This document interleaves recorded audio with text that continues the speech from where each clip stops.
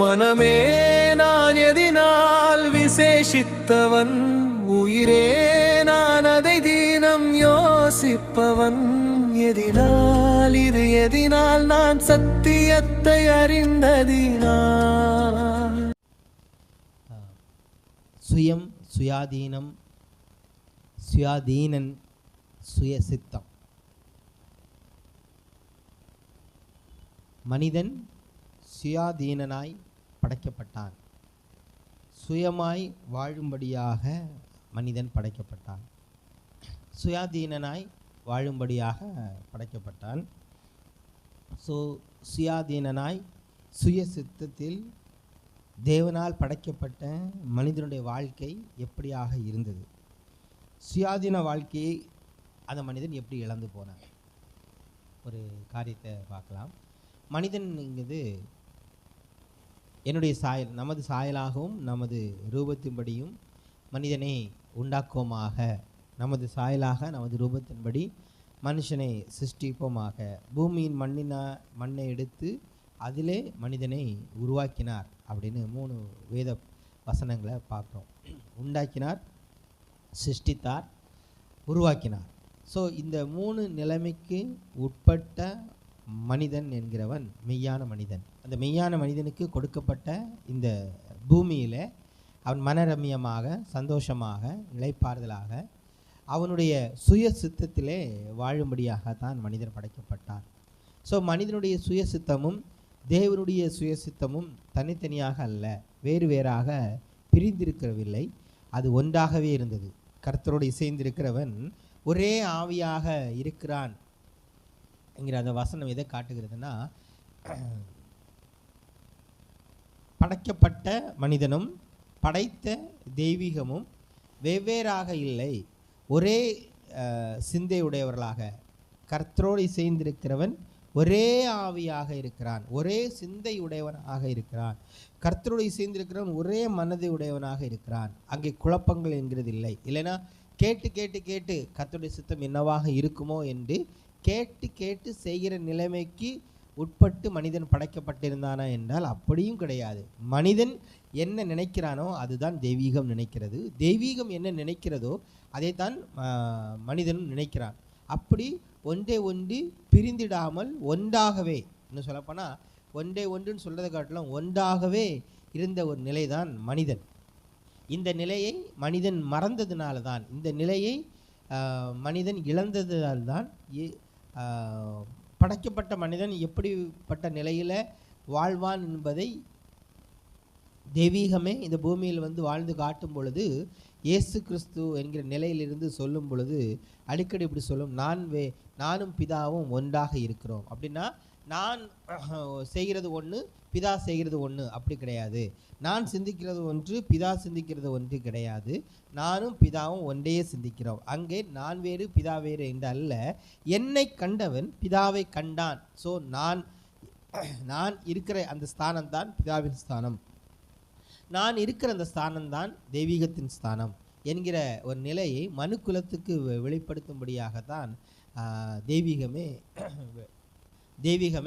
இயேசு கிறிஸ்து என்கிற சாயலில் வெளிப்பட்டது. ஸோ மனிதன் அப்படிப்பட்ட சுயசித்தம் உடையவனாக, சுயாதீனம் உடையவனாக வாழ்ந்த அந்த மனிதன் அவன் வாழ்க்கையில் ஏற்பட்டுகிறதான ஆசையினால், நம்ம நேரமே பாடல் பாடினோம் இல்லையா, ஆசை பெருகும் வேளையில் என்ன ஆகுதுன்னா அமைதி விலகுது அப்படின்னு. ஸோ ஆசை, விருப்பங்கள் என்கிறது வேறு, ஆசைப்படுறதுங்கிறது வேறு. இயல்பாகவே நமக்குள்ள நம்முடைய அன்றாட வாழ்வுக்கு தேவையான காரியங்களை குறித்ததான எண்ணங்களும் விருப்பங்களும் தோன்றுகிறது இயல்புதான்.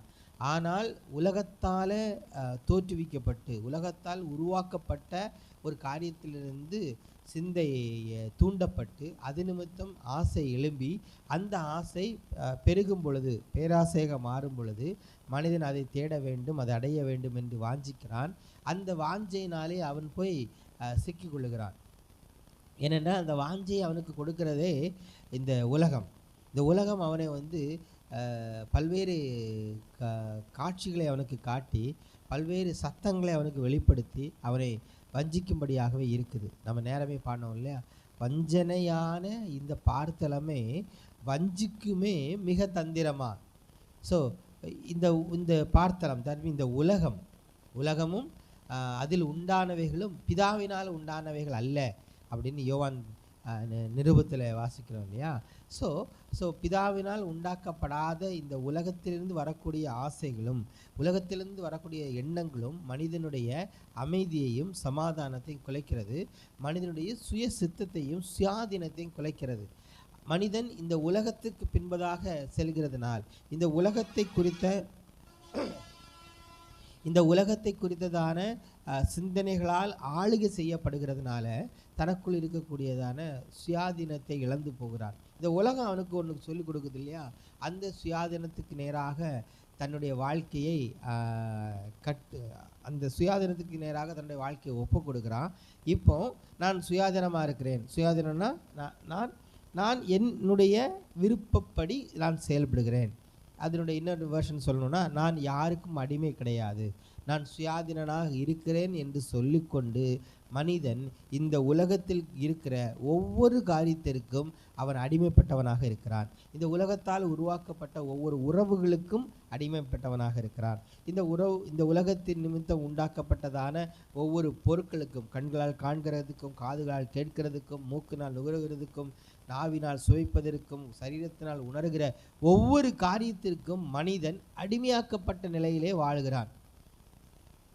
ஆனால் அவன் என்ன நினைக்கிறான்னா, நான் சுயாதீனாக இருக்கிறேன், நான் சுய சித்தம் உடையவனாக இருக்கிறேன், என்னுடைய விருப்பம், என்னுடைய ஆசை, அதை நான் நிறைவேற்றுகிறேன், அதற்காக நான் பிரயாசப்படுகிறேன், அதற்காக நான் ஓடுகிறேன், அதற்காகத்தான் நான் ஜெபமே செய்கிறேன். இந்த உலகத்தால் உருவாக்கப்பட்ட எண்ணங்கள் எனக்கு நிறைவேறும்படியாகத்தான் நான் ஜெபமே செய்கிறேன் என்கிற நிலைமைக்கு மனிதன் தள்ளப்படுகிறான். அதற்காக அவனுக்கு அற்புதங்களும் அடையாளங்களும் தீர்க்க தரிசனங்களும் வாக்கு தத்தங்களும் தேவையாக இருக்குது. இதெல்லாம் எதுக்கு தேவையானா, இந்த உலகம் அவனுக்கு ஒரு காரியத்தை கற்றுக் கொடுக்கிறது. இந்த உலகத்திலிருந்து பல்வேறு எண்ணங்கள் அவனுக்கு உருவாகிறது. அந்த எண்ணங்களையும் அந்த விருப்பங்களையும் அவன் நிறைவேற்றுவதற்காகவே அவன் ஜெபிக்கிறான், தீர்க்க தரிசனத்தை கேட்குறான், பல்வேறு கூடுகைக்கு சென்று வாக்கு தத்தங்களை பெற்றுக்கொள்கிறான்.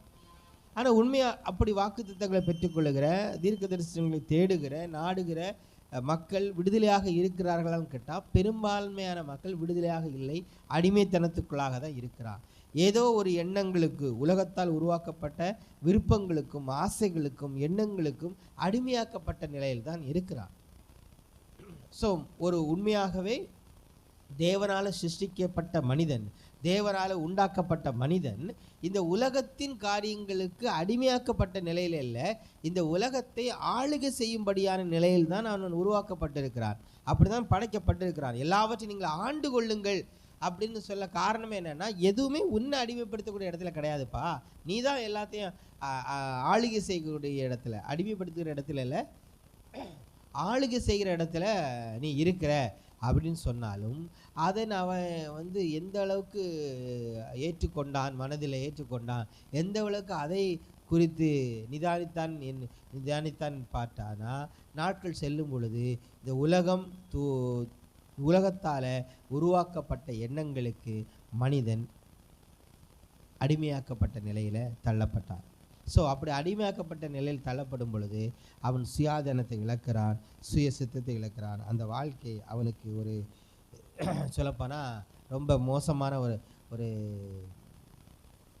டென்ஷனான, இல்லைன்னா என்னது திகைப்பான ஒரு வாழ்க்கை. இன்றைக்கி இருக்கக்கூடிய மக்களை பார்த்திங்கன்னா எல்லாரும் ஒரு பீதியிலேயே வாழ்ந்து கொண்டிருக்கிறாங்க, ஒரு பயத்திலே வாழ்ந்து கொண்டிருக்கிறாங்க, ஒரு எதிர்பார்ப்பிலே வாழ்ந்து கொண்டிருக்கிறாங்க, ஒரு குழப்பத்திலே வாழ்ந்து கொண்டிருக்கிறாங்க, பதட்டமாக இருப்பான், எப்போவுமே பதட்டமாக இருக்கிறான்.